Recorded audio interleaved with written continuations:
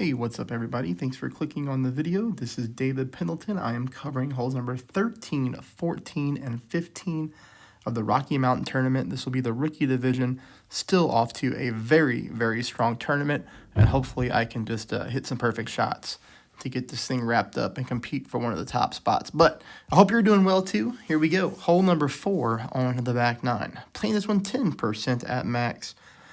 1 bar a side spin to the left, about 1.5 back. Now you're going to try to find your landing position. Again, a little bit tricky because there is just a glitchy ball guideline on this hole. But if you take a look at my sniper 10 here, you can see that I have my yellow ring and my orange ring fully on in the rough, with my orange ring right there at the top of the rough line. That might help you find this spot, okay? Take a look at the offset position as well. Keep in mind this is after the spins are set.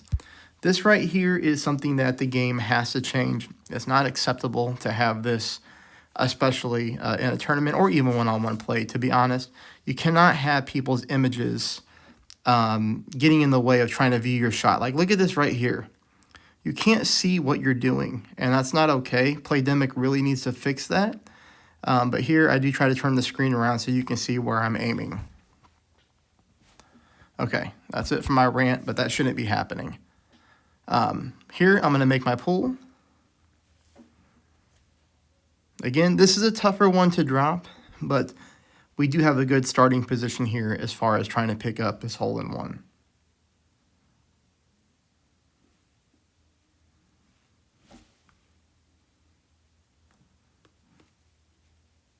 Speed is really good.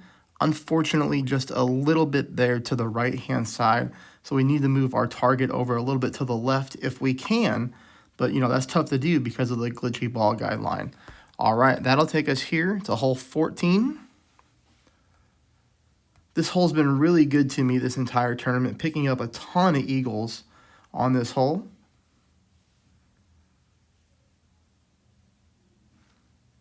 Two and a half top, 1 bar, a side spin to the right. Just really playing this the same way that we have the entire tournament. Just aiming right on the right-hand side of that sand trap. Getting the ball to come nicely up the fairway. We don't want to push this with top spin. We don't need to push this with overpower. Just a nice, easy shot here.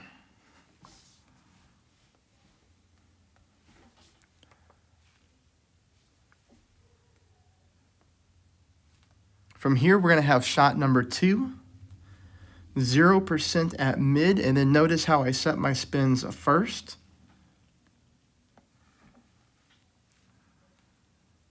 Okay, take note here as well. And I don't know if you can see it or not, but my ball guideline is barely through the back of the pin. Okay, I want you to use less backspin than me. We need the ball guideline going through the back of the pin a little bit more. Wouldn't you know it that, you know, I am in contention right now to pick up a top spot, and it would have been really, really nice to pick up this drop. But, I mean, holy cow. Come on, Golf Clash. Sometimes, well, every tournament you're going to have shots like this where it's just like, are you freaking kidding me? Seriously, it's right there. So learn from my mistake, right? And make sure that ball guideline is going through the back of the pin. Now, this was my hardest hole of the tournament so far. This is not a great shot by any means. So here's what I would say. This is a more difficult drive, and I would probably bring a horizon to this hole for the power and the top spin combo for shot number 2. Or if you just hate this shot, and I don't blame you if you do, if you've got a powerful enough ball with top spin boost, I would just play to the left-hand slide. I would just let that ball rip as far up the rough, and if you get lucky and roll to the top fairway, then that's awesome.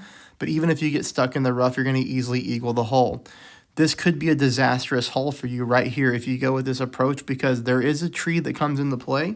So I finally did figure out what tree people are hitting. So it is there to hit.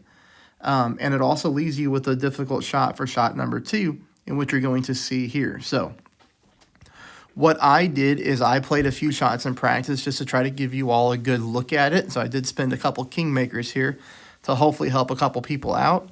But whenever it came down to the real mode for me in the tournament, I still had a couple of those bubble balls. Those were free to play balls that we earned in the golden shot. And I think Golf Clash even gave them away for free at some point. They have top spin boost. I did exactly what I said. I played the left-hand side, and I just let the ball rip as far as I could.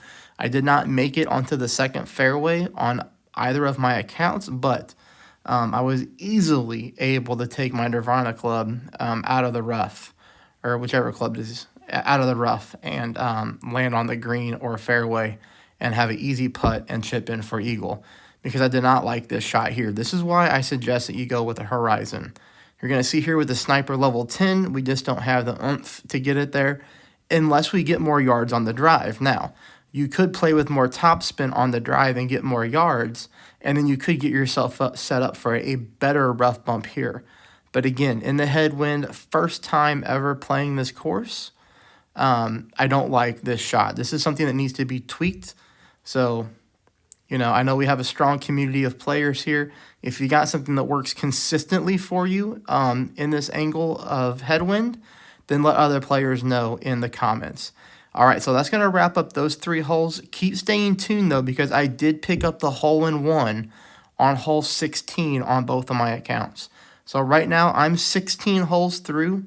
This video was holes 13, 14, and 15. I picked up the hole-in-one in real mode on both of my accounts in 2 very, very different wind strengths. So I'll be excited to share that with you a little bit later. Best of luck, everybody.